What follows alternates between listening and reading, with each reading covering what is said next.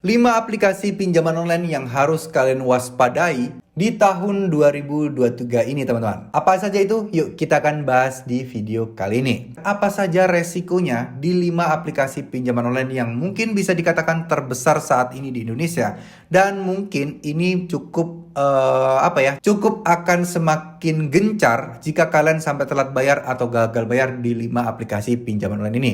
Nah, apa saja update terbaru di tahun 2023 ini?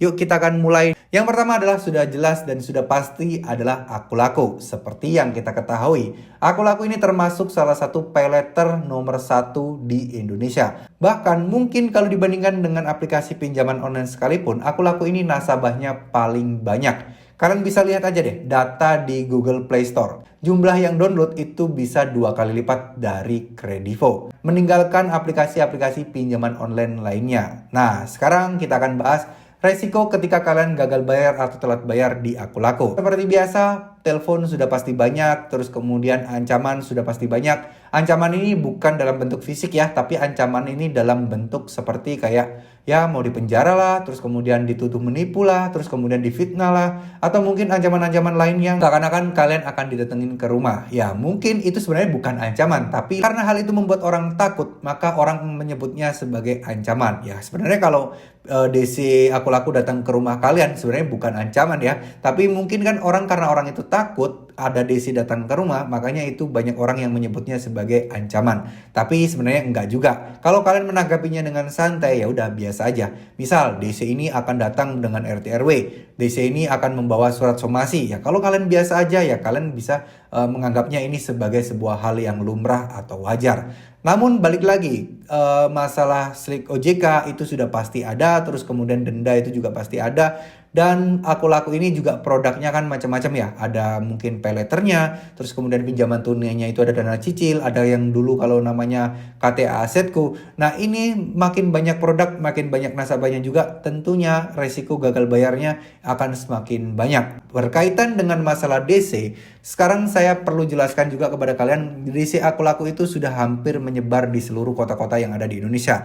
Jadi bisa dipastikan kalian kalau gagal bayar di Akulaku sudah lebih dari 3 bulan, sudah bisa dipastikan akan didatengin DC. Cuman waktunya memang beragam, tergantung di kota mana, apakah kota yang banyak DC-nya, apakah enggak. Nah itu untuk yang pertama yaitu Akulaku. Yang kedua adalah Kredivo. Sama seperti Akulaku, Kredivo ini ada di posisi 2, di mana ini penggunanya juga sangat banyak, yang galbay juga sangat banyak, dan proses penagihannya juga mungkin lebih cepat dibandingin Akulaku ya. Akulaku rata-rata 3 bulan, nah Kredivo 1 bulan aja udah ada tuh. Udah bakal ada nongol orang-orang yang datang ke rumah kalian untuk memberikan surat tagihan, surat somasi, atau penagihan-penagihan lainnya. Untuk masalah WA, telepon, dan lain-lain sebagainya, tetap Kredivo juga banyak, mirip seperti Akulaku.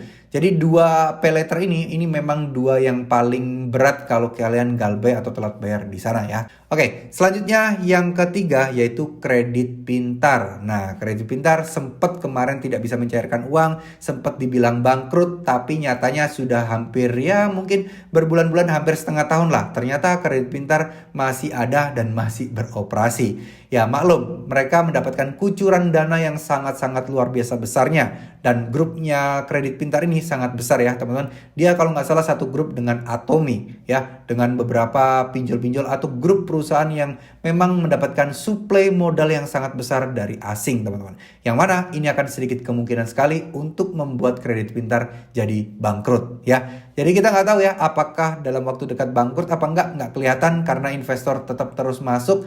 Dan untuk masalah kalau kalian gagal bayar, telat bayar, denda sudah pasti, slik OJK sudah pasti, di telepon dihubungi tiap hari juga sudah pasti dan bakal gencar banget. Terus kemudian didatangi DC juga sudah pasti. Kredit pintar merupakan salah satu juga yang DC-nya hampir tersebar di setiap kota ya. Jadi sudah bisa dipastikan kalian bakal didatengin. Kecuali utang kalian memang kecil dan lepat kalian juga di pelosok banget. Nah itu kemungkinan kecil bakal didatengin teman-teman. Karena mereka mempunyai skala prioritas yang mana yang diduluin, yang mana yang nanti-nanti aja ya. Lalu selanjutnya ada Tunaiku. Nah Tunaiku ini milik bank besar ya. Salah satunya adalah Amart Bank, yaitu suatu bank memang yang sudah besar. Dan Tunaiku ini memang terkenal DC-nya juga banyak dan proses penagihannya pun juga gencar. Rajin banget nagih, tiap hari telepon, tiap hari SMS, tiap hari WA, yang ganggu banget pokoknya ya. Selain itu juga DC-nya juga terkenal banyak yang pengalaman-pengalaman juga kurang banyak yang menyenangkan teman-teman ya. Yang namanya DC maklum ya kurang menyenangkan karena kan urusannya menagih. Biasanya yang ditagih yang sampai didatengin ke rumah itu adalah para debitur yang telat bayarnya sudah cukup lama. Kalau masih kurang dari 1 bulan saya yakin sih nggak bakal didatengin sama DC dari Tuneco seperti ini.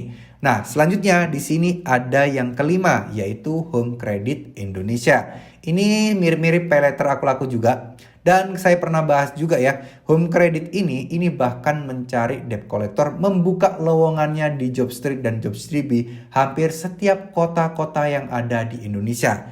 Bahkan mereka merekrut Field Collection Manager. Ya, untuk DC lapangannya aja mereka merekrut manajer untuk mengelola itu. Itu artinya mereka serius untuk melakukan penanganan atau solusi penagihan hutang kepada orang-orang atau nasabah home credit yang gagal bayar di seluruh pelosok yang ada di Indonesia. Kenapa? Karena kita tahu lah ya, gencar-gencaran dan banyak banget lowongan yang tersedia hampir di berbagai kota dari Home Credit Indonesia ini. Nah, itulah 5 aplikasi pinjaman online yang perlu kalian waspadai jika kalian telat bayar, gagal bayar di tahun 2023 ini teman-teman. Jadi ya sebenarnya nggak jauh-jauh beda, cuman makin gencar dan makin banyak aja lah yang menagih ke rumah gitu ya teman-teman. Tapi sekali lagi saya ingatkan, nggak perlu khawatir, nggak perlu takut jika kalian didatengin ke rumah. Ya udah santai aja, percaya sama saya, nggak akan ada hal buruk apapun jika kalian selama berurusan dengan pinjol legal. Mungkin kalau pinjol ilegal pasti akan ada resiko-resiko yang lain. Mungkin kalian akan digunakan untuk menipu lah, data kalian akan digunakan untuk hal-hal yang kurang baik lah, dan berbagai macam lah.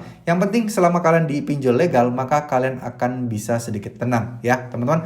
Mohon maaf jika ada salah-salah kata. Terima kasih buat yang setia menonton video ini sampai akhir. Wassalamualaikum warahmatullahi wabarakatuh.